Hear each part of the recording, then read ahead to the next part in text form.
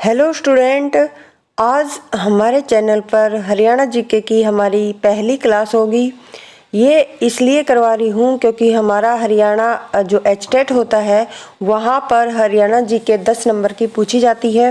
साथ में अगर आप सीईटी या फिर सीईटी मेंस की तैयारी कर रहे हैं उन सभी के लिए क्या है, ये क्लास महत्वपूर्ण होने वाली है। ये रामबाण क्लास होगी। यहाँ पर सभी उन टॉपिक को करवाया जाएगा जो परीक्षा में बार बार पूछे जाते हैं। और देखिए, साथ में अपने कॉपी और पेन लेकर बैठिए जिससे क्या है आप साथ साथ लिख सके। और देखिए, मैंने इसकी पीडीएफ नहीं बना रखी है क्योंकि मेरे पास समय का काफ़ी अभाव है, इसलिए मैं सिर्फ आपको क्या है हरियाणा जीके है वो कंप्लीट करवा दूंगी। साथ में आप नोट्स क्या है बनाते चलिए जिससे आपका हरियाणा जीके भी कवर हो जाएगा। तो हरियाणा में हमारा पहला टॉपिक होगा हरियाणा जीके का, वो हरियाणा में प्रथम है जो हर परीक्षा में पूछा जाता है। आप कोई भी क्या है पीछे की एचएसएससी का एग्ज़ाम हो या फिर एचटेट का उठाकर देख सकते हैं। हरियाणा में जो प्रथम है वो पूछे ही जाते हैं। तो हमारा हरियाणा का सबसे पहला प्रश्न आता है कि हरियाणा के पहले मुख्यमंत्री कौन थे।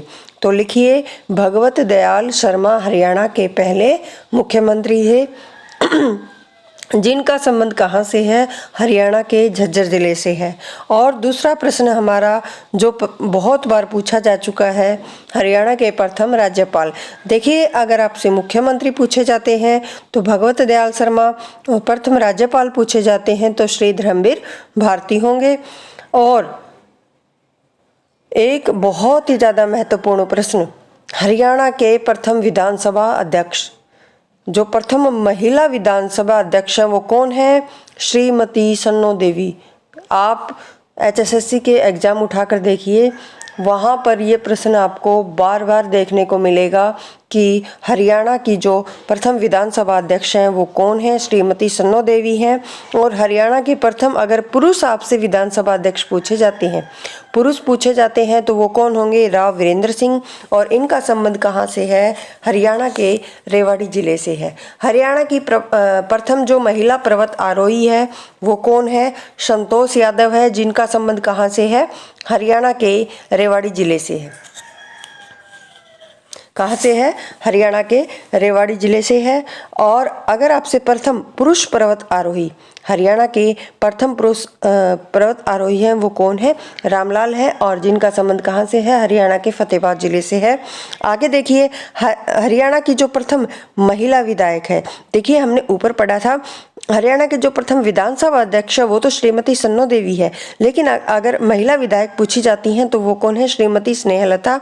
और आप मुझे कमेंट बॉक्स में बताएंगे कि श्रीमती स्नेहलता का संबंध हरियाणा के कौन से जिले से है। आगे देखिए, हरियाणा के प्रथम चुनाव आयुक्त कौन है, जेके दुग्गल है। हरियाणा के प्रथम एडवोकेट जनरल कौन है, आनंद स्वरूप है। हरियाणा के प्रथम लोकायुक्त प्रीतम पाल है। लोकायुक्त अगर आपसे पूछा जाता है तो वो कौन है, प्रीतम पाल है। भारत और हरियाणा की अंतरिक्ष में जाने वाली प्रथम महिला कौन है, कल्पना चावला है। कल्पना चावला भारत और हरियाणा की, भारत की भी है और हरियाणा की जो अंतरिक्ष में जाने वाली महिला है वो कल्पना चावला है। और कल्पना चावला का संबंध कहाँ से है, हरियाणा के करनाल जिले से है। हरियाणा की जो पहली फिल्म है वो कौन सी है, हरियाणा की पहली फिल्म का नाम अगर आपसे पूछा जाता है तो वो धरती होगी। और धरती का जो समय है वो क्या है, 1968 में आई थी धरती फिल्म। आगे, हरियाणा की जो प्रथम सफल फिल्म है तो वो कौन सी है, बहू रानी, जिसका समय क्या है, 1983 है। और हरियाणा की पहली सफलतम, देखिए सफल कौन सी है, बहू रानी, और सफलतम पूछा जाता है तो वो चंद्रावल होगी और चंद्रावल का समय 1984 है। हरियाणा की जो प्रथम एनसीसी अकादमी है वो कहाँ पर है, हरियाणा के करनाल जिले के घरोंडा में है। कौन सी, हरियाणा की प्रथम एनसीसी अकादमी, कई बार पूछी जा चुकी है। हरियाणा का जो प्रथम सैनिक स्कूल है वो कुंजपुरा करनाल में है। हरियाणा में राष्ट्रपति शासन कब लगा पहला, तो वो लगा था 21 नवंबर 1967 को। और हरियाणा में अब तक कितने, 3 राष्ट्रपति शासन लग चुके हैं, कितने, 3। और पहला लगा था 21 नवंबर 1967 को। हरियाणा का प्रथम विश्वविद्यालय कुरुक्षेत्र है, कुरुक्षेत्र विश्वविद्यालय है, जिसका समय क्या है, 1956 में क्या है ये खुला था। हरियाणा का प्रथम विश्वविद्यालय यूनिवर्सिटी यानी तो कुरुक्षेत्र विश्वविद्यालय 1956। आगे है, हरियाणा का प्रथम कॉलेज कौन सा है? पंडित नेकीराम कॉलेज, जिसका कहाँ पर है? जो रोहतक में है। पंडित नेकीराम कॉलेज हरियाणा का प्रथम कॉलेज है। आगे देखिए, हरियाणा का प्रथम कैंसर संस्थान ये बाड़सा झज्जर में है। इम्पोर्टेंट है बहुत ही ज़्यादा। हरियाणा का प्रथम समाचार पत्र हरियाणा है। हरियाणा का समाचार पत्र कौन सा है? प्रथम हरियाणा। हरियाणा का जो प्रथम राज्य कवि है वो कौन है? उदय भानु हंस है। उदय भानु हंस हरियाणा के प्रथम राज्य कवि हैं। हरियाणा में शराबबंदी कब हुई थी? 1 जुलाई 1996 को। और किसने करवाई थी? आप मुझे कमेंट बॉक्स में बताएंगे हरियाणा में शराबबंदी कब हुई थी? 1 जुलाई 1996 में हुई थी। और किसने करवाई थी? इसका उत्तर आप मुझे कमेंट बॉक्स में जरूर देंगे। हरियाणा में आर्य समाज की जो प्रथम शाखा है वो कहाँ पर खुली थी? रेवाड़ी में 1880 में। हरियाणा में कांग्रेस की प्रथम शाखा कहाँ पर? अम्बाड़ा में 1886 में। हरियाणा में कांग्रेस की जो प्रथम शाखा थी वो कहाँ पर? अम्बाड़ा में, और 1886 में क्या है? शुरू हुई थी। आगे देखिए, हरियाणा में सनातन धर्म की जो प्रथम शाखा है वो झज्जर से शुरू हुई थी। हरियाणा का प्रथम सफल सांग अगर आपसे पूछा जाता है तो वो शीला सेठानी होगा। और हरियाणा के प्रथम सांगी कौन है? किशनलाल भाट। और कहाँ से है इनका संबंध? मेरठ से है। लेकिन हरियाणा में जो सांग परंपरा की शुरुआत है वो किसने करी थी? किशनलाल भाट ने की थी। हरियाणा का जो प्रथम दूरदर्शन केंद्र है वो कहाँ पर खुला? हिसार में। हरियाणा के प्रथम न्यायाधीश कौन है? न्यायाधीश कौन है? महिला पूछी गई है यहाँ पर। हरियाणा की जो प्रथम महिला न्यायाधीश है वो न्यायमूर्ति किरण आनंदपाल है। किस राज्य की प्रथम महिला उपराज्यपाल? किसी राज्य की जो प्रथम महिला उपराज्यपाल है वो कौन है? श्रीमती चंद्रावती है। और चंद्रावती का संबंध चरखी दादरी से है। जैसे चंद्रावती जैसे चरखी दादरी, इस प्रकार से आप याद रखेंगे। हरियाणा की जो प्रथम सांसद है वो चंद्रावती है। कौन है? हरियाणा की अगर आपसे पूछी जाती है प्रथम सांसद तो कौन है? चंद्रावती है। और किसी भी राज्य की पहली महिला उपराज्यपाल वो भी कौन है? चंद्रावती है। हरियाणा का प्रथम सैनिक स्कूल कुंजपुरा करनाल में है। और हरियाणा का जो प्रथम रक्षा विश्वविद्यालय है, रक्षा विश्वविद्यालय अगर आपसे पूछा जाता है हरियाणा का तो वो कहाँ पर है? बिनोला। और ये कहाँ पर है? गुरुग्राम में स्थित है। हरियाणा में प्रथम अत्याधुनिक आंगनबाड़ी केंद्र है वो कहाँ पर खुला था? नंदघर, हसनपुर, सोनीपत में। आगे है, हरियाणा के प्रथम पुरुष जो जेल सत्याग्रही है वो कौन है? लाला राय बहादुर मुरलीधर, जिनका संबंध कहाँ से है? पलवल से है। लाला राय बहादुर मुरलीधर। और हरियाणा के कौन है? प्रथम पुरुष जेल सत्याग्रही है। अगर महिला आपसे पूछी जाती है प्रथम महिला सत्याग्रही तो वो चांदबाई होगा। चांदबाई का संबंध कहाँ से? सिरसा से है। और किसी भी राज्य की प्रथम महिला मुख्यमंत्री सुचेता कृपलानी है। और ये इनका संबंध हरियाणा से है। किसी भी राज्य की अगर पहली महिला मुख्यमंत्री पूछी जाती है तो सुचेता कृपलानी होगा। ऊपर हमने पढ़ा था क्या कि किसी भी राज्य की प्रथम उपराज्यपाल वो तो चंद्रावती होगी। और अगर आपसे मुख्यमंत्री पूछी जाती है तो वो सुचेता कृपलानी होगी, जिनका संबंध कहाँ से है? हरियाणा के अम्बाला जिले से है। और ये कहाँ की मुख्यमंत्री बनी थी? ये उत्तर प्रदेश की क्या है? मुख्यमंत्री बनी थी। हरियाणा का प्रथम हास्य व्यंग्य कवि कौन है? मीर जाफर जेठानी है। मीर जाफर जेठानी ये हरियाणा के प्रथम हास्य व्यंग्य कवि माने जाते हैं। हरियाणा का जो प्रथम उपन्यास है कौन सा है? झाड़ू फिरी। किसका है? राजाराम शास्त्री का है। हरियाणा की एकमात्र महिला जिसे भारत रत्न मिला तो वो कौन है? अरुणा आसफ गांगुली 1997 में। और इनका संबंध हरियाणा के पंचकुला से है। किसका? अरुणा आसफ गांगुली का। हरियाणा का एकमात्र परमाणु संयंत्र गोरखपुर, ये कहाँ पर है? गोरखपुर फतेहाबाद में है। हरियाणा में प्रथम ट्रेन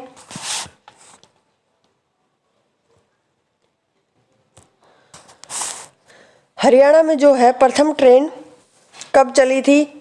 रेवाड़ी से चली थी और 1873 में चली थी। हरियाणा में प्रथम मेट्रो वो गुरुग्राम से चली थी। और अगर आपसे पूछा जाता है हरियाणा में प्रथम सीएनजी ट्रेन कहाँ से चली थी तो वो भी रेवाड़ी से चली थी। ट्रेन और सीएनजी ट्रेन दोनों ही कहाँ से चली थी? रेवाड़ी से। और मेट्रो गुरुग्राम से चली थी। और आपको अगर समय याद है तो आप मुझे कमेंट बॉक्स में बताएंगे कि गुरुग्राम से मेट्रो है वो कब चली थी। अब आगे है, हरियाणा की जो प्रथम महिला बस ड्राइवर है वो कौन है? पंकज चौधरी है। और जिनका संबंध कहाँ से है? महिला ड्राइवर, बस ड्राइवर वो कौन है? पंकज चौधरी, जिनका संबंध हरियाणा के सिरसा जिले से है। और हरियाणा की जो प्रथम महिला बस कंडक्टर है वो शर्मिला है, जिसका संबंध रेवाड़ी से है। और दूसरी निर्मला, जिसका संबंध सिरसा से है। देखिए, हरियाणा की जो प्रथम महिला बस कंडक्टर है वो कौन है? शर्मिला और निर्मला। और शर्मिला का संबंध रेवाड़ी से, निर्मला का सिरसा से है। हरियाणा का प्रथम वाईफाई गांव जुगलान हिसार में है। और हरियाणा का जो प्रथम कैशलेस गांव है वो आपसे पूछा जाता है तो वो नीलावली है। और नीलावली कहाँ पर है? सिरसा में। हरियाणा का प्रथम कैशलेस विश्वविद्यालय कुरुक्षेत्र विश्वविद्यालय है। हरियाणा की जो प्रथम कैशलेस जेल है वो जींद है। आगे है, WWE में हरियाणा की प्रथम महिला कविता दलाल है। कौन सी? कविता दलाल है। और WWE में हरियाणा का प्रथम व्यक्ति कौन है? सत्येंद्र डागर है। आगे देखिए, हरियाणा में प्रथम जनगणना कब हुई थी? 1971 में हुई थी। हरियाणा का प्रथम राष्ट्रीय दैनिक समाचार पत्र हरिभूमि है।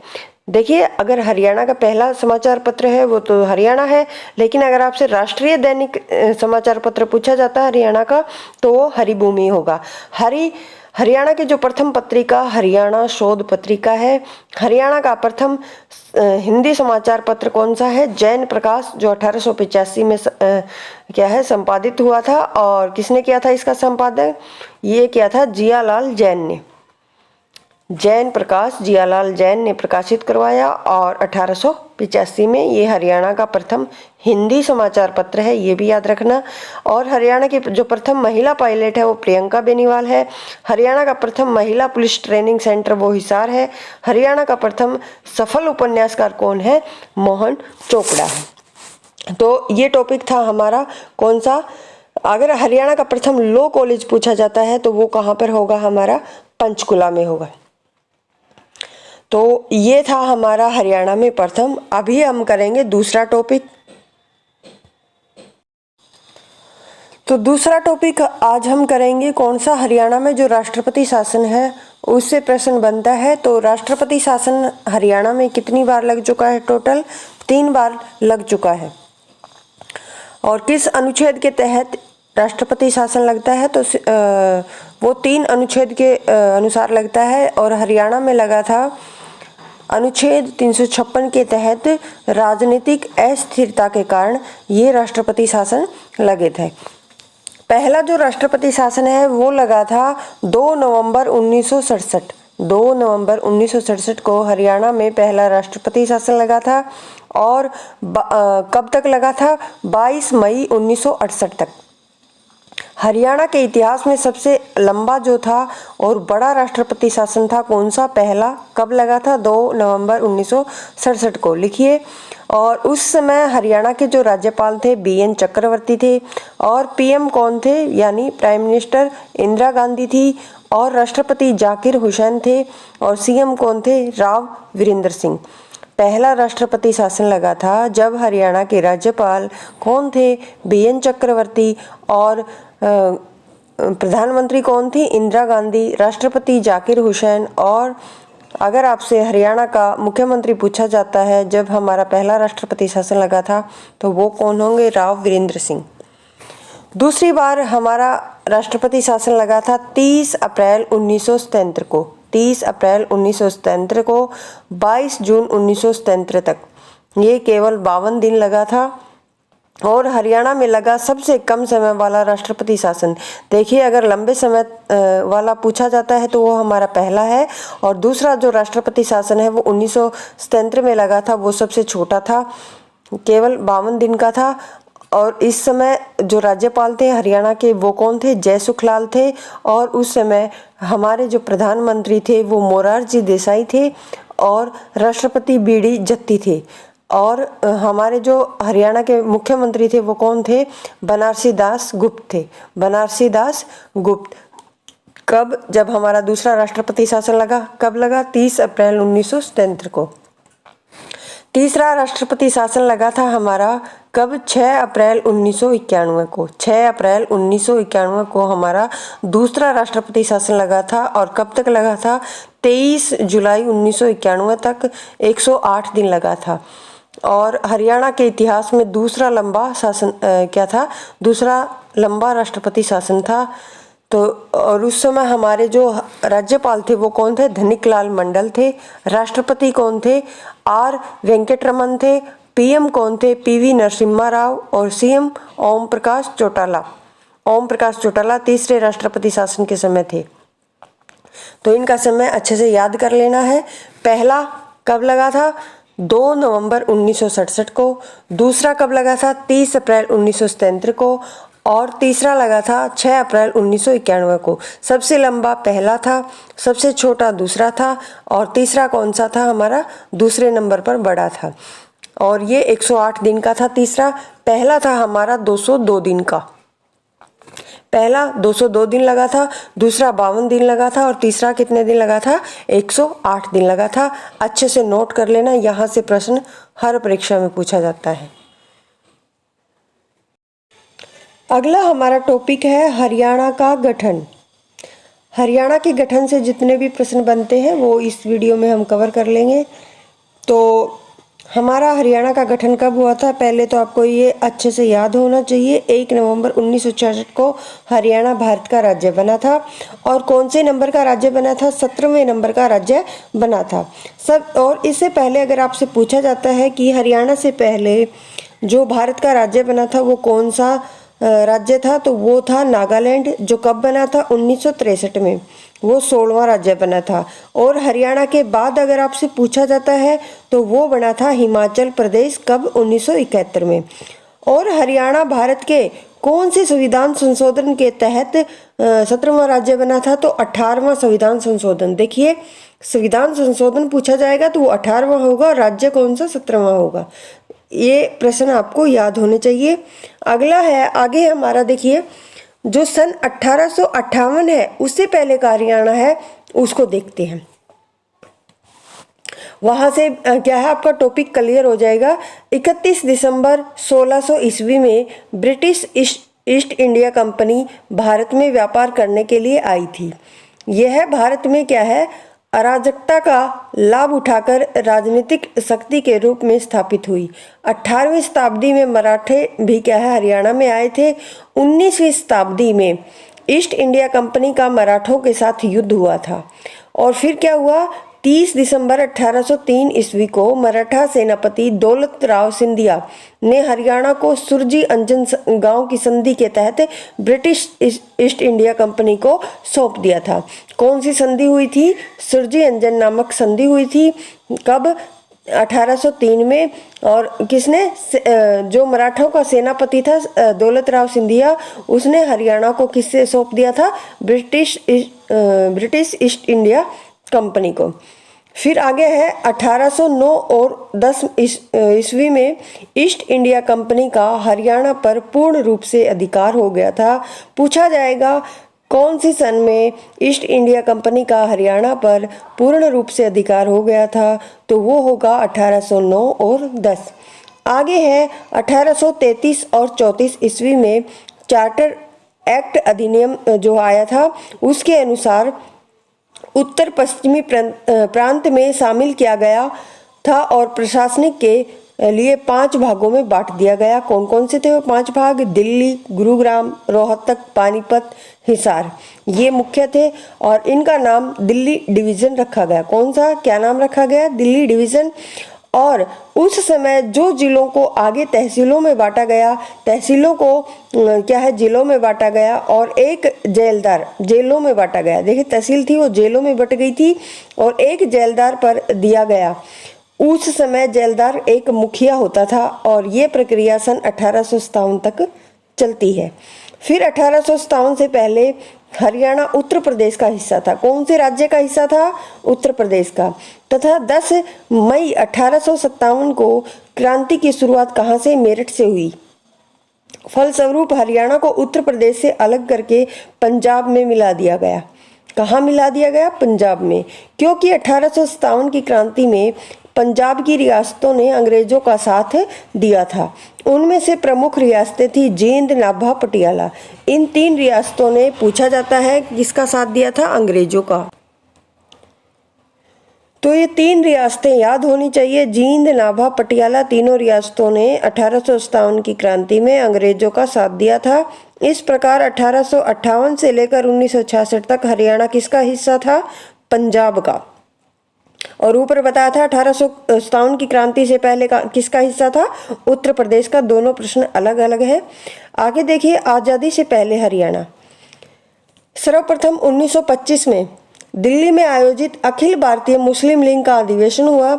इसमें पीरजादा मोहम्मद हुसैन ने, किसने, पीरजादा मोहम्मद हुसैन ने हरियाणा को पंजाब से अलग करके दिल्ली में मिलाने की बात कही। आपसे पूछा जाएगा प्रश्न कि किसने दिल्ली में मिलाने की बात की थी हरियाणा को, तो वो थे पीरजादा मोहम्मद हुसैन। और फिर आगे है कि 1928 में दिल्ली प्रदेश कमेटी ने इस मांग को दोहराया था। देखिए, पहले तो 1925 में इसकी मांग की गई थी और फिर क्या है, 1928 में दिल्ली प्रदेश कमेटी ने इस मांग को दोहराया। और 1931 में द्वितीय गोलमेज सम्मेलन में अंग्रेज महोदय जोफ्री कार्टवस, ये नाम याद रखना, जोफ्री कार्टवस ने हरियाणा को अलग करने की मांग की थी। द्वितीय जो गोलमेज सम्मेलन था वो कब था, 1931 में। और इसमें अंग्रेज महोदय जोफ्री कार्टवस ने क्या है, हरियाणा को अलग करने की मांग की थी। 9 सितंबर 1932 को दीनबंधु गुप्त 9 सितंबर 1932 को दीनबंधु गुप्त ने कहा कि न तो इनकी भाषा मिलती है न ही इनका रहन सहन, इम्पोर्टेंट लाइन है, इसलिए इनको दिल्ली में क्या है, मिलाया जाए। 9 सितंबर 1932 को दीनबंधु गुप्त ने कहा था न तो इनकी भाषा मिलती है न ही इनका रहन सहन, इसलिए इनको दिल्ली में मिलाया जाए। वहीं आर्य समाज, हिंदू महासभा तथा जन संघ पार्टी ने क्या है, पंजाब के विभाजन का विरोध किया था। किसने किया था, आर्य समाज, हिंदू महासभा तथा जन संघ पार्टी ने पंजाब के विभाजन का विरोध किया था। 1946 में पट्टाभी सीतारमैया ने अखिल भारतीय भाषाई कॉन्फ्रेंस में दीनबंधु गुप्त की मांग का खुला समर्थन किया। किसने, सीतारमैया ने। कब, 1946 में भारतीय भाषाई कॉन्फ्रेंस में किया था। और आज़ादी के बाद का हरियाणा देखते हैं। ये तो आज़ादी से पहले था, वो हरियाणा की बातें हो रही हैं। अब होगी आज़ादी के बाद हरियाणा की बातें। 15 अगस्त 1947 को भारत आज़ाद होने के बाद यहाँ की भाषा को लेकर विवाद क्या है, हो गया था। अब तक हिंदी बोलने वाले लोग चाहते थे कि हरियाणा अलग राज्य बने। यह मांग सबसे पहले 1948 में सिख नेता मास्टर तारा सिंह ने एक अलग पंजाबी सूबे की मांग की थी। इम्पोर्टेंट है, ये डेट पूछी जाती है। पंजाबी सूबे की मांग कब की गई थी, 1948 में। किसने की थी, सिख नेता मास्टर तारा सिंह ने की थी। और इस समस्या से निपटने के लिए पंजाब के जो मुख्यमंत्री थे उस समय कौन थे, भीमसेन सच्चर ने एक फॉर्मूला तैयार किया था। देखिए, पंजाब के मुख्यमंत्री उस समय कौन थे, भीमसेन सच्चर थे। और एक फार्मूला तैयार किया, उस फार्मूले का नाम क्या था, सच्चर फार्मूला था। और ये डेट पूछी जाती है सच्चर फार्मूले की, 1 अक्टूबर 1949 को लागू हुआ था। कौन सा सच्चर फार्मूला कब लागू हुआ था, 1 अक्टूबर 1949 को। इम्पोर्टेंट डेट है, अच्छे से याद रखना। उस समय हरियाणा को 2 भागों में बांटा गया, हिंदी क्षेत्र और पंजाबी क्षेत्र।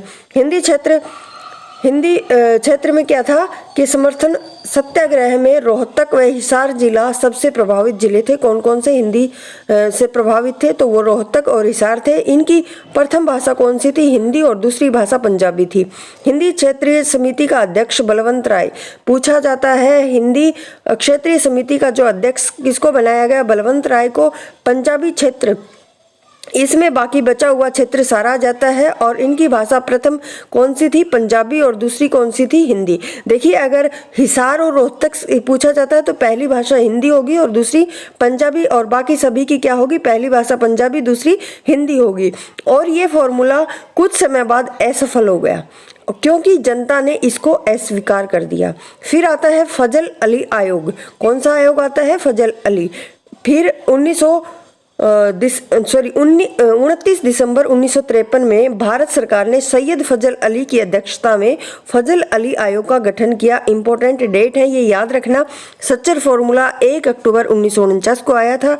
फजल अली आयोग का गठन कब हुआ था? 29 दिसंबर 1953 को हुआ था। इसमें हरियाणा के 22 विधायकों ने एक मत होकर, कितने 22 विधायक थे, एक मत होकर अलग राज्य की मांग की थी। इस आयोग ने 1956 को अपनी रिपोर्ट पेश की थी और भाषा के आधार पर राज्य का विभाजन करने की मांग को लेकर अस्वीकार कर दिया था। एक नोट है, 1947 से 1956 तक हरियाणा पंजाब के जिस हिस्से में रहा था उसे पेप्सू कहा जाता है। 1947 से 1956 तक हरियाणा पंजाब के जिस हिस्से में रहा उसको क्या कहा जाता है? पेप्सू। पेप्सू की राजधानी क्या थी? शिमला थी। ये पूछी जा चुकी है। पेप्सू की राजधानी क्या थी? शिमला थी। 1947 में पंजाब के सीएम, 1947 में कौन थे पंजाब के सीएम? गोपीचंद भार्गव ने सिरसा के रहने वाले थे। 1947 में पंजाब के सीएम गोपीचंद थे और जो कहाँ के थे? सिरसा के रहने वाले थे। इसके बाद भीमसेन सच्चर पंजाब के मुख्यमंत्री बने थे और फजल अली आगे है। फजल अली जो आयोग था वो 1955 में ये फजल अली आयोग है, ये कब आया था? ये हम पढ़ चुके हैं। फजल अली आयोग आया था 29 दिसंबर 1953 को। फिर है क्षेत्रीय फार्मूला। फजल अली आयोग के बाद क्या आया? क्षेत्रीय फार्मूला आया। पंजाब सरकार के कहने पर केंद्र सरकार ने क्षेत्रीय फार्मूला लागू किया और भारत के 7वें संविधान संशोधन के तहत 24 जुलाई 1956 को राष्ट्रपति राजेंद्र प्रसाद की अनुमति से क्षेत्रीय फार्मूला गठित हुआ। क्षेत्रीय फार्मूला कौन से संविधान संशोधन के तहत हुआ? तो 7वें संविधान संशोधन के तहत हुआ। इसमें पंजाब को 2 भागों में बांटा गया, पंजाबी क्षेत्र और हिंदी क्षेत्र। हर क्षेत्र की भाषा व जिला तय किया गया। प्रत्येक क्षेत्र की अलग अलग कमेटी बनाई गई। उस क्षेत्र के विधायकों द्वारा दोनों क्षेत्र की जो साझी विधानसभा और साझा गवर्नर तय किया गया। 1956 में पंजाब के जो मुख्यमंत्री वो कौन थे? प्रताप सिंह कैरू थे। देखिए 1947 में कौन थे? गोपीचंद भार्गव थे जो सिरसा से संबंध रखते हैं। और 1956 में कौन थे? मुख्यमंत्री प्रताप सिंह कैरू थे। 1965 में संत फतेह सिंह ने पंजाबी सूबे की मांग के लिए आमरण अनशन की घोषणा की थी। देखिए ये पूछा जाता है कि किसने आमरण अनशन की क्या है घोषणा की थी? तो फतेह सिंह ने की थी जो 1965 में की थी। परंतु उस समय क्या है, पाकिस्तान के साथ युद्ध चल रहा था, इसलिए उस अनशन को क्या है स्थगित कर दिया गया था। फिर उसके बाद आती है सरदार हुकुम सिंह समिति। देखिए पहले आता है सच्चर फॉर्मूला, फिर फजल अली आयोग आता है, फिर क्षेत्रीय फॉर्मूला आता है, उसके बाद हमारा आता है सरदार हुकुम सिंह समिति। 23 सितंबर 1965 में सरदार हुकुम सिंह की अध्यक्षता में हुकुम सिंह समिति का गठन किया गया। इनकी सिफारिश पर सीमा आयोग का गठन हुआ। सीमा आयोग का गठन किसकी क्या है सिफारिश पर हुआ? सरदार हुकुम सिंह समिति की गठन सिफारिश पर। ये कब हुआ था इसका गठन? 23 सितंबर 1965 को। और सरदार हुकुम सिंह कौन थे? ये लोकसभा के स्पीकर थे। हुकुम सिंह की सिफारिश के आधार पर सरकार ने सर्वोच्च न्यायालय के न्यायाधीश जेसी शाह, इम्पोर्टेंट है, जेसी शाह की अध्यक्षता में पंजाब पुनर्गठन सीमा आयोग का गठन किया गया। और इस आयोग के अन्य सदस्य कौन थे? एस दत्त और MM फिलिप थे। तीनों के नाम जेसी शाह, एस दत्त और MM फिलिप, इन तीनों के नाम अच्छे से याद हो जाने चाहिए। पंजाब पुनर्गठन विधेयक कब हुआ? 1966 में। देखिए सरदार हुकुम सिंह समिति 23 सितंबर 1965, उसके बाद आता है पंजाब पुनर्गठन आयोग 18 सितंबर 1966 में। जैसी साहब आयोग की सिफारिश के अनुसार भारत सरकार ने पंजाब पुनर्गठन विधेयक को पारित किया। लंबे संघर्ष के उपरांत 18वां जो संविधान संशोधन था उसके तहत 1 नवंबर 1966 को हरियाणा भारत का कौन सा राज्य बना? 17वां राज्य बना। श्री धर्मवीर भारती कौन थे? हरियाणा के प्रथम राज्यपाल बने। और भगवत दयाल शर्मा क्या बने? पहले मुख्यमंत्री बने। इम्पोर्टेंट है। फिर उसके बाद क्या है, हरियाणा का जो हिस्सा था उसमें 35.18 था। 35.18 और भाग लेकर अलग हुआ कौन? हरियाणा। फिर पंजाब का जो हिस्सा था वो क्या था? 64.82। इतना भाग किसका था? हरियाणा का, पंजाब का था। तो इस प्रकार से हरियाणा का गठन हुआ। हरियाणा का गठन जो है, इसमें ये जो फॉर्मूले आए थे इनकी डेट आपको याद रखनी है। सच्चर फॉर्मूला आया था पहले, फिर उसके बाद फजल अली आयोग आया था, उसके बाद हमारा कौन सा? क्षेत्रीय फॉर्मूला आया, फिर सरदार हुकुम सिंह समिति आई, उसके बाद आया हमारा पंजाब पुनर्गठन विधेयक। इनकी डेट एक बार और बता देती हूँ। सच्चर फॉर्मूला 1 अक्टूबर 1949, फिर आया हमारा फजल अली आयोग 29 दिसंबर 1953, फिर क्षेत्रीय फार्मूला 24 जुलाई 1956, सरदार हुकुम सिंह समिति 23 सितंबर 1965, पंजाब पुनर्गठन विधेयक ये कब आया? 18 सितंबर 1966। तो ये था हरियाणा का गठन। अब करेंगे अगला टॉपिक।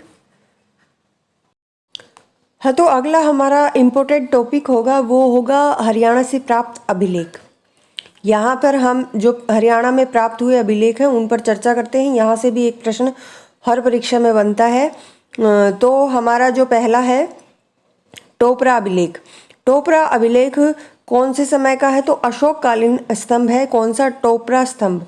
इस पर जो सम्राट अशोक हैं उनके समय के 7 अभिलेख अंकित हैं। किस पर? टोपरा स्तंभ पर। आपसे पूछा जाएगा सम्राट अशोक के जो अभिलेख अंकित हैं टोपरा स्तंभ पर कितने अभिलेख हैं? तो 7। जिसकी भाषा कैसी है? ब्राह्मी और संस्कृत है। कैसी? ब्राह्मी और संस्कृत है। जो टोपरा स्तंभ है उसके अभिलेखों की भाषा कैसी है? ब्राह्मी और संस्कृत है। टोपरा स्तंभ पर विग्रहराज चतुर्थ के 3 अभिलेख हैं। देखिए, एक शासक हुए थे विग्रहराज चतुर्थ, उनके भी 3 अभिलेख हैं टोपरा स्तंभ पर। इससे पता चलता है कि जो विग्रहराज चतुर्थ है उन्होंने मल्लेच्छों को पराजित किया था। कौन से अभिलेख से?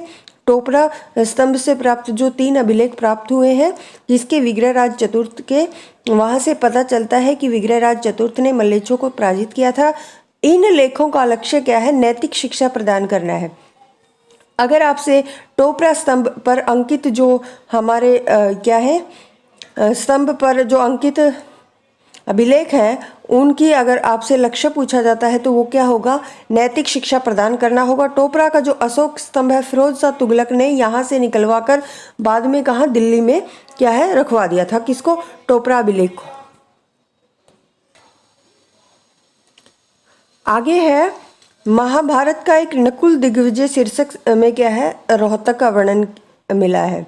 तो पूछा जाएगा रोहतक का वर्णन कौन से अभिलेख में से प्राप्त हुआ है? तो महाभारत के नकुल दिग्विजय से। 12 खड़ी में लिखित जो अभिलेख है वो जगाधरी के पास शुद्ध नामक स्थान से प्राप्त हुआ है। 12 खड़ी में लिखित जो अभिलेख है वो जगाधरी के पास क्या है? शुद्ध नामक स्थान से मिला है। जो कब का है? दो शताब्दी ईसा पूर्व का क्या है? ये अभिलेख है। हिसार के गुजरी महल पर एक स्तंभ पर 8 जो है अभिलेख प्राप्त हुए हैं जो 8 जगह से आने वाले भागवतों की सूचना देते हैं। आपसे पूछा जाएगा कि जो भागवतों की सूचना देते हैं वो कहाँ से प्राप्त हुए हैं? तो हिसार का गुजरी महल है, वहाँ के एक स्तंभ पर 8 अभिलेख हैं, वहाँ से हमें पता चलता है। एक अभिलेख लाओस देश से मिला है जहाँ के राजा देवक ने कुरुक्षेत्र की महिमा का वर्णन किया है। सिरसा से प्राप्त अभिलेख से ज्ञात होता है कि यहाँ पर पशुपति संप्रदाय था। कौन सा संप्रदाय था? पशुपति। कहाँ से पता चलता है? सिरसा से प्राप्त एक अभिलेख के द्वारा। अग्रोहा से प्राप्त अभिलेख में 7 स्वरों का अंकन है। इम्पोर्टेंट है, अग्रोहा बहुत बार पूछा गया है। अग्रोहा से प्राप्त अभिलेख है उसमें क्या है? 7 स्वरों का अंकन है। पृथ्वीराज द्वितीय का जो अभिलेख है वो हांसी से प्राप्त हुआ है। खरोष्टी लिपि में अंकित क्या है? अभिलेख करनाल से प्राप्त हुआ है। खरोष्टी लिपि में प्राप्त जो है वो कहाँ से प्राप्त हुआ है? करनाल से प्राप्त हुआ है। और जो अशोक स्तंभ था उसकी भाषा कैसी थी? ब्राह्मी और संस्कृत थी। आगे है जो लाडनू है, ये कहाँ पर है? राजस्थान में है। वहाँ से प्राप्त एक अभिलेख के अनुसार हरियाणा की जो राजधानी है वो दिल्ली थी। अगर आपसे पूछा जाता है कि जो लाडनू क्या है अभिलेख है उसके अनुसार हरियाणा की राजधानी कौन सी थी तो वो कौन सी होगी? दिल्ली होगी। 9वीं सदी में रचित राजा मिहिर भोज का अभिलेख से हमें पता चलता है कहाँ से? पेहवा से प्राप्त हुआ है। एक 9वीं शताब्दी का क्या है, राजा मिहिर भोज द्वारा एक अभिलेख प्राप्त हुआ है और उसमें उससे हमें पता चलता कि उसके समय में क्या है, घोड़ों का व्यापार होता था।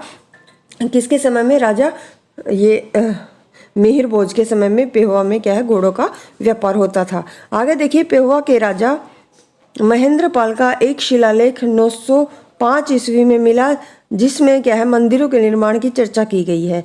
वामन पुराण में हरियाणा में प्रवाहित होने वाली नदियां तथा वन क्षेत्रों का उल्लेख है। अगर आपसे पूछा जाता है कि हरियाणा की नदियों का जो उल्लेख है वो कहाँ से प्राप्त हुआ है, तो वो हमें प्राप्त हुआ है कहाँ से? वामन पुराण से।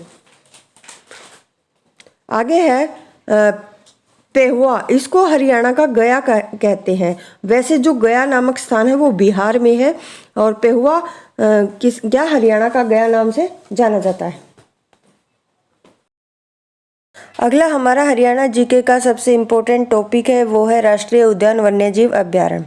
देखिए यहाँ पर से हर परीक्षा में प्रश्न बनता है। जो इम्पोर्टेंट टॉपिक है वही मैं सिर्फ आपको करवाऊंगी ताकि आप इसको देख लें और अपना क्वेश्चन सही कर लें।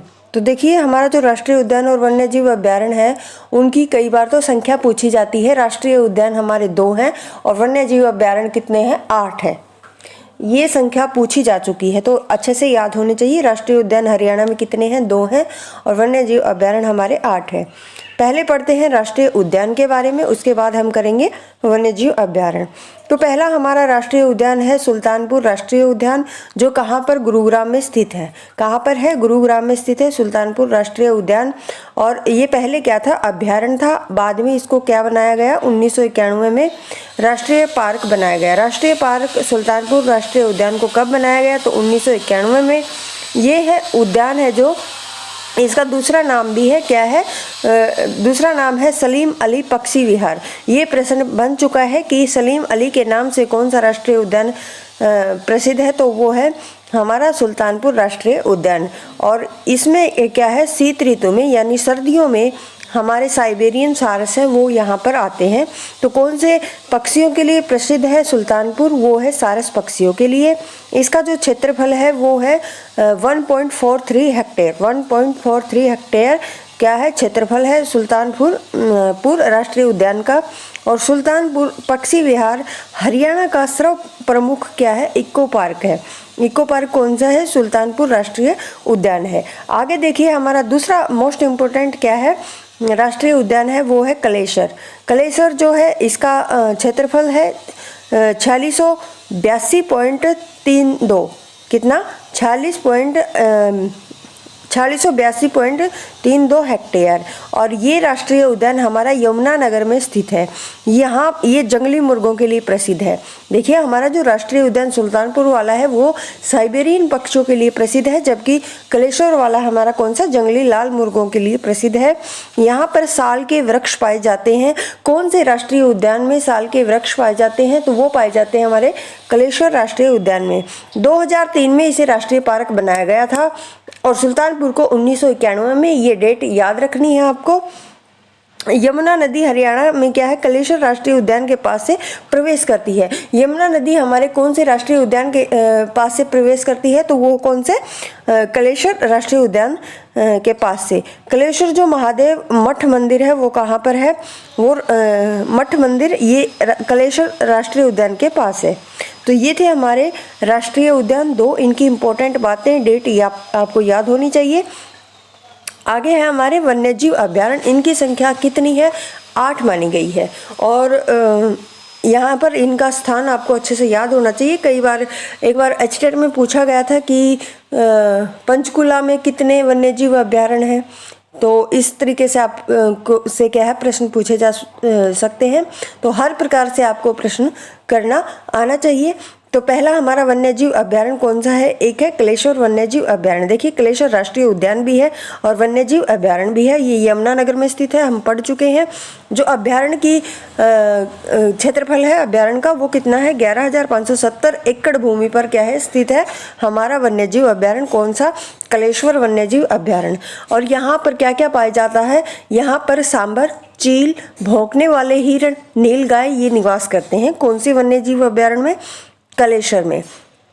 और यहाँ पर क्या है, हमारा अगला दूसरा इम्पोर्टेंट जो वन्यजीव अभ्यारण्य है वो वीर स्कारगढ़ अभ्यारण्य है। क्या है? वीर स्कारगढ़ अभ्यारण्य है। ये वन्यजीव अभ्यारण्य पंचकुला में स्थित है। कौन सा? वीर स्कारगढ़। एक और है वो अभी करवाऊंगा मैं आपको। और इसको क्या है, 1987 में अभ्यारण्य बनाया गया था वीर स्कारगढ़ को। कब? 1987 में। ये अभ्यारण्य वनस्पतियों और जंतुओं की विविधता के लिए प्रसिद्ध है।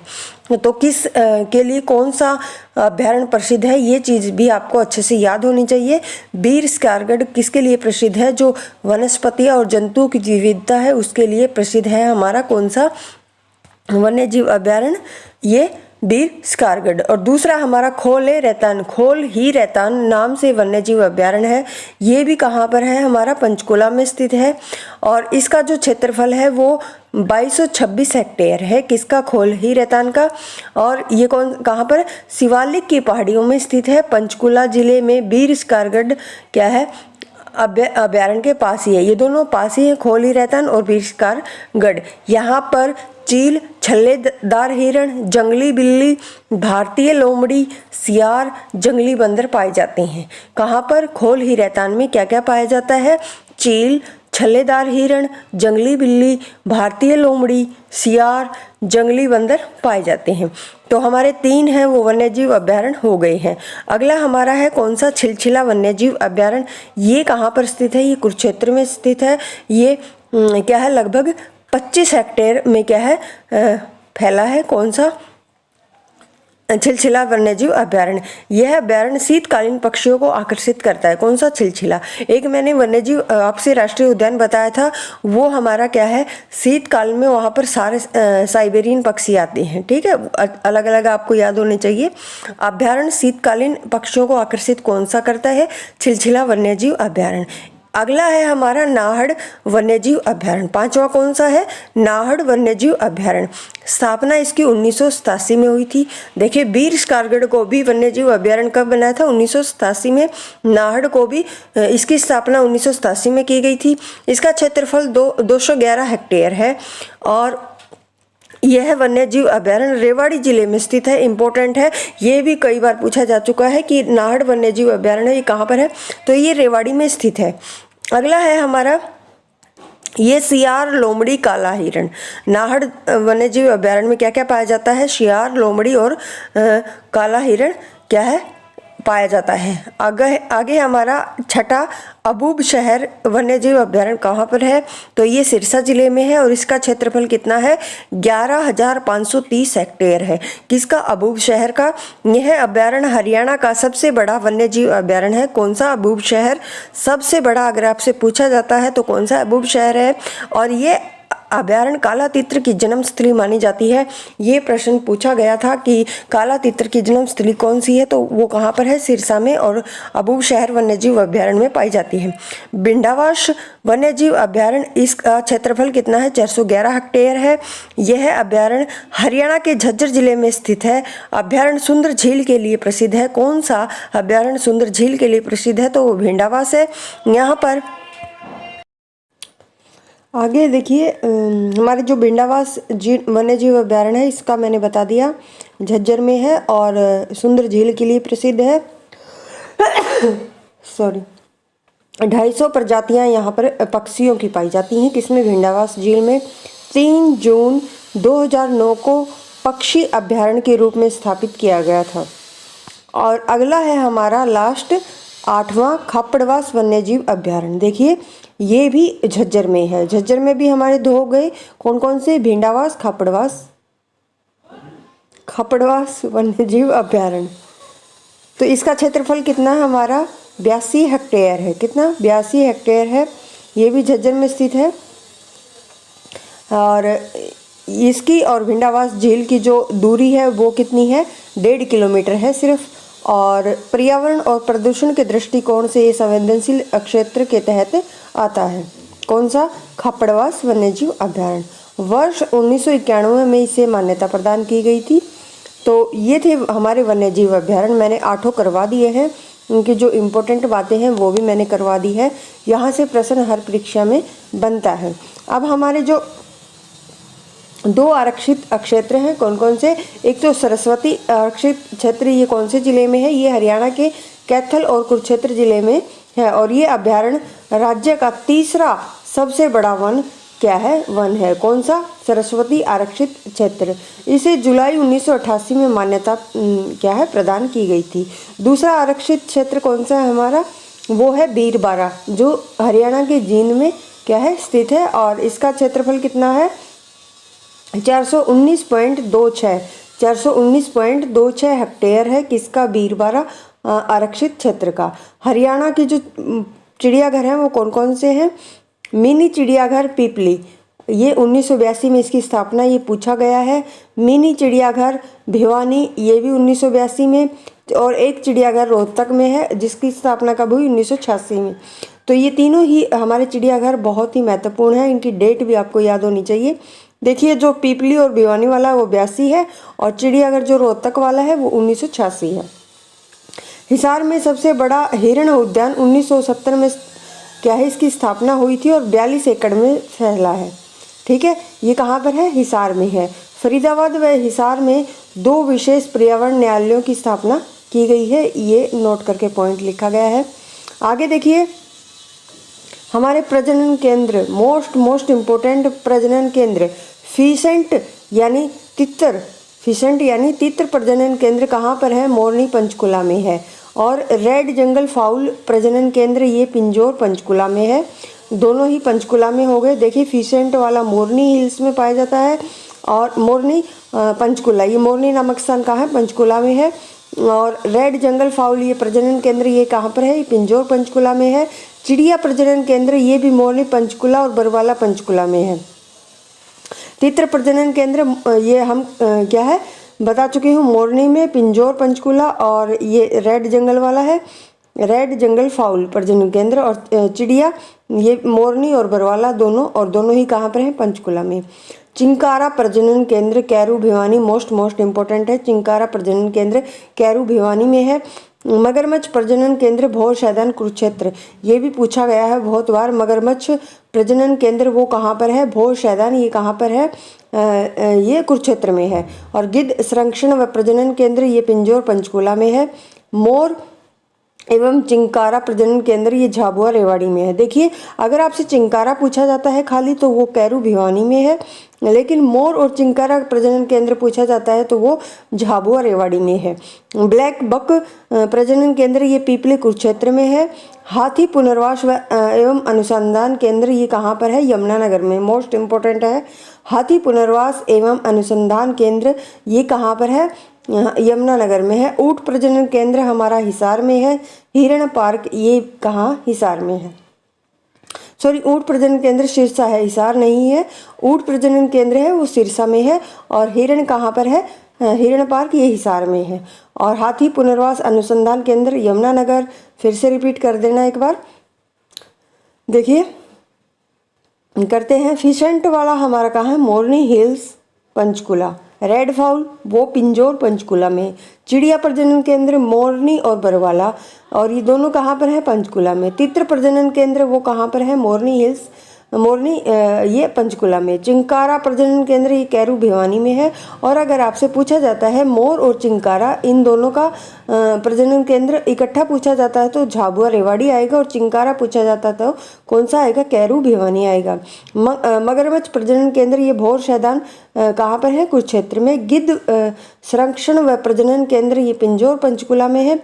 ब्लैक बक प्रजनन केंद्र ये पीपली कुरुक्षेत्र में है। हाथी पुनर्वास केंद्र कहाँ है? यमुनानगर में। तो ये थे हमारे प्रमुख प्रजनन केंद्र। संरक्षण रिजर्व वाले भी हम कर चुके हैं, और राष्ट्रीय उद्यान हो गए, हमारे अभ्यारण्य हो गए हैं। ये इम्पोर्टेंट टॉपिक है, यहाँ से प्रश्न बनता है। अब हम अगला टॉपिक करेंगे।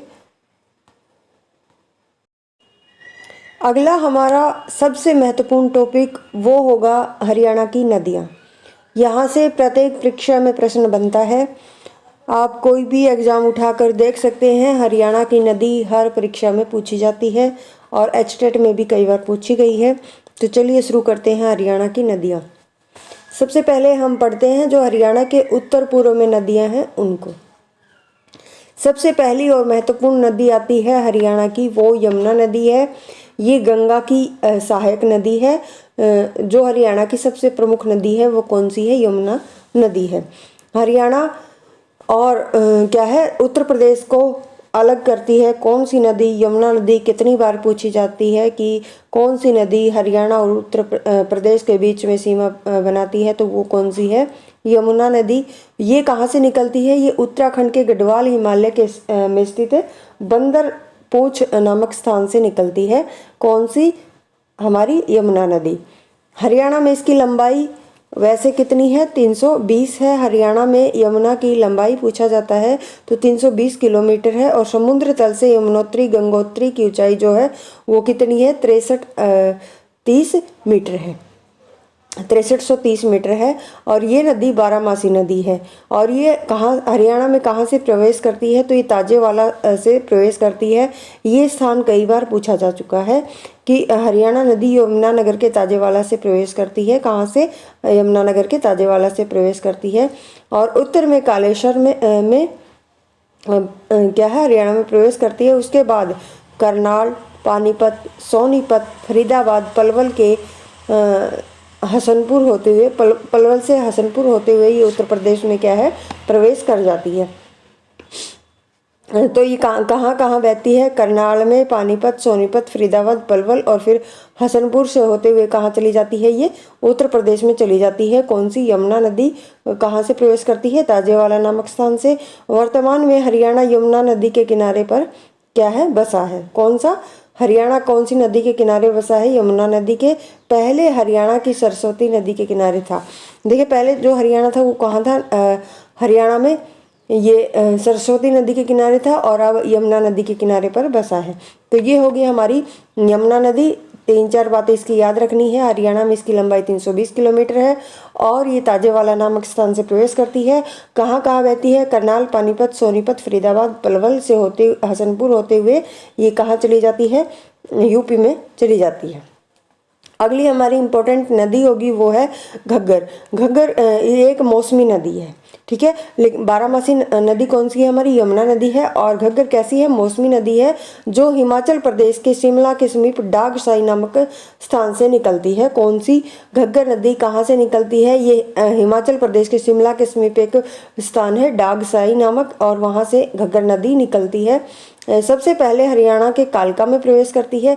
घग्गर नदी सबसे पहले कहाँ पर प्रवेश करती है? हरियाणा के क्या है, कालका में प्रवेश करती है तथा उसके बाद पंचकुला, अम्बाला, कैथल, फतेहाबाद, सिरसा से होते हुए राजस्थान के हनुमानगढ़ में लुप्त हो जाती है। देखिए हमने ऊपर पढ़ा था कि जो यमुना नदी है वो कौन कौन से स्थानों में बहती है? करनाल, पानीपत, सोनीपत, फरीदाबाद, पलवल। और ये कहाँ कहाँ बहती है घग्गर? हमारी पंचकुला, अम्बाला, कैथल, फतेहाबाद और सिरसा। ये सिरसा से होते हुए कहाँ चली जाती है? राजस्थान में चली जाती है और हनुमानगढ़ में लुप्त हो जाती है। ये कैसी नदी है? एक मौसमी नदी है। पाकिस्तान में हाकरा नदी के नाम से जाना जाता है किसको? घग्गर नदी को। और इनके उपनाम कई बार पूछ लिए जाते हैं। और घग्गर नदी हरियाणा के उत्तर पश्चिम में बहती है। कहाँ पर? उत्तर पश्चिम में कौन सी नदी बहती है? वो हमारी घग्गर नदी बहती है। और यमुना नदी हमारे क्या, हरियाणा के कौन सी दिशा में बहती है? ये पूर्व में बहती है, ठीक है। आगे देखिए मारकंडा नदी, मोस्ट इम्पोर्टेंट है मारकंडा। और ये नदी हिमाचल प्रदेश के नाहन के पास से शिवालिक की पहाड़ियों से निकलती है। शिवालिक की पहाड़ियों से मारकंडा निकलती है और हरियाणा में सबसे पहले अम्बाला जिले में प्रवेश करती है। देखिए हमारी घग्गर कहाँ पर प्रवेश करती है? वो अभी मैंने आपसे बताई, कालका में प्रवेश करती है। और मारकंडा कहाँ से प्रवेश करती है? मारकंडा हमारी अम्बाला जिले में प्रवेश करती है। इसके बाद कुरुक्षेत्र के समीप क्या है, एक सनीसा झील में प्रवेश करती है। उसके बाद कैथल के समीप घग्गर नदी में मिल जाती है। यानी घग्गर की सहायक नदी है कौन सी? मारकंडा। मारकंडा नदी किसकी सहायक नदी है? ये घग्गर की सहायक नदी है। उसके बाद कैथल के समीप कहाँ मिलती है? कैथल के समीप घग्गर नदी में कौन सी नदी मिलती है? मारकंडा। इसका प्राचीन नाम अरुणा है। बहुत ही बार पूछे जाने वाला प्रश्न है ये हमारा कौन सा है? अरुणा नाम से किस नदी को जाना जाता है? तो अरुणा नाम से मारकंडा नदी को जाना जाता है। कौन सी नदी को? मारकंडा नदी को जाना जाता है। आगे देखिए टांगरी नदी, यह पंचकुला के मोरनी पहाड़ियों से निकलती है। इसका उद्गम स्थल पूछा जाता है तो टांगरी नदी है वो कहाँ से निकलती है? पंचकुला के मोरनी हिल से निकलने वाली कौन सी नदी है? वो है हमारी मोरनी की पहाड़ियों से निकलने वाली टांगरी नदी है। और ये अम्बाला के मुलाना के निकट मारकंडा नदी में मिल जाती है। कौन सी? टांगरी यानी मारकंडा की सहायक है। देखिए घग्गर की सहायक नदी कौन सी है? मारकंडा। और मारकंडा की कौन सी है? टांगरी। सरस्वती नदी, वर्तमान में सरस्वती नदी लुप्त हो चुकी है, लेकिन माना जाता है कि यह नदी हिमाचल प्रदेश के सिरमौर से बर्फीली पहाड़ियों से निकलती थी। हिमाचल के सिरमौर से निकलने वाली कौन सी नदी है? सरस्वती नदी है। और सरस्वती नदी के अवशेष यमुनानगर के क्या है? मुगलावली गांव से मिले हैं। जो हमारी सरस्वती नदी है इसके अवशेष हमें कहाँ से प्राप्त होते हैं? यमुनानगर के मुगलावली गांव से हमें मिले हैं। आगे देखिए इंपॉर्टेंट तथ्य हैं, वो कौन कौन से हैं? सरस्वती नदी के किनारे महर्षि वेदव्यास ने महाभारत की रचना की थी। कौन सी नदी के किनारे महर्षि वेदव्यास ने महाभारत की रचना की थी? तो वो सरस्वती थी।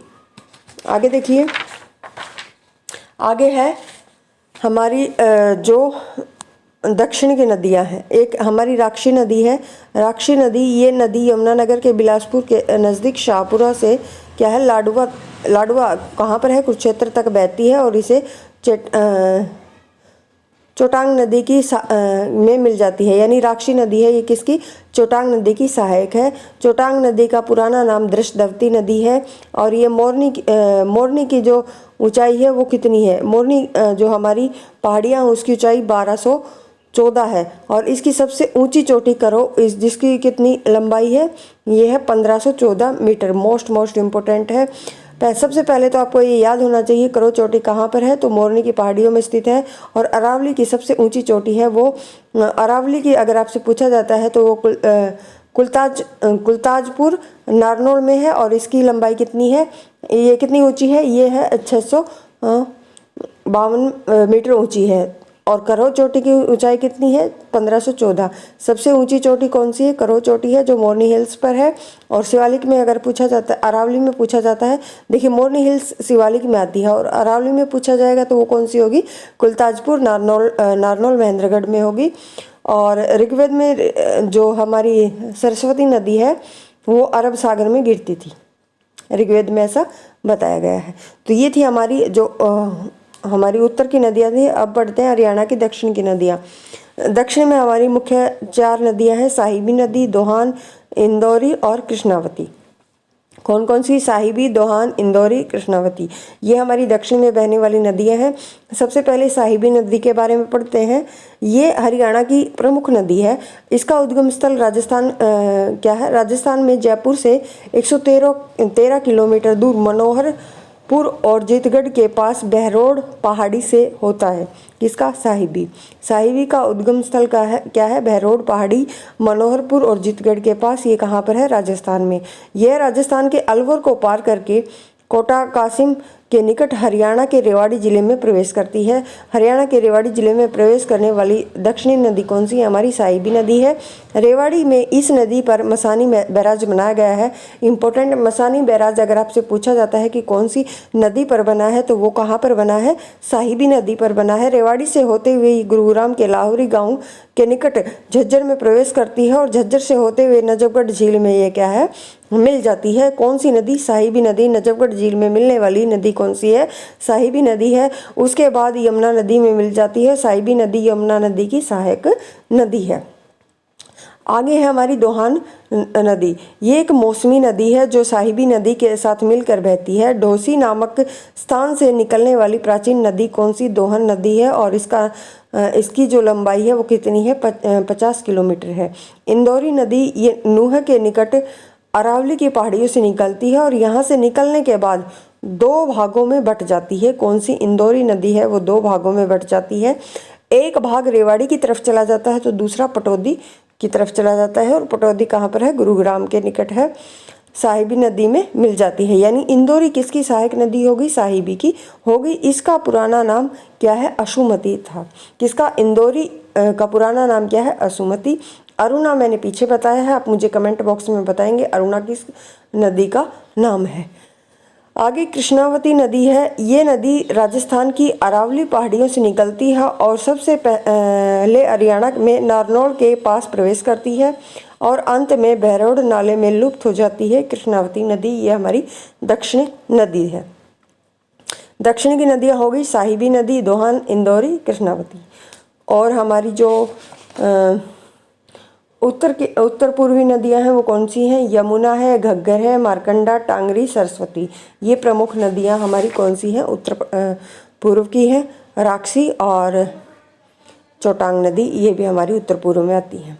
तो ये थी हमारी हरियाणा की नदियां, इम्पोर्टेंट हैं, अच्छे से याद कर लेना। अगला टॉपिक है हमारा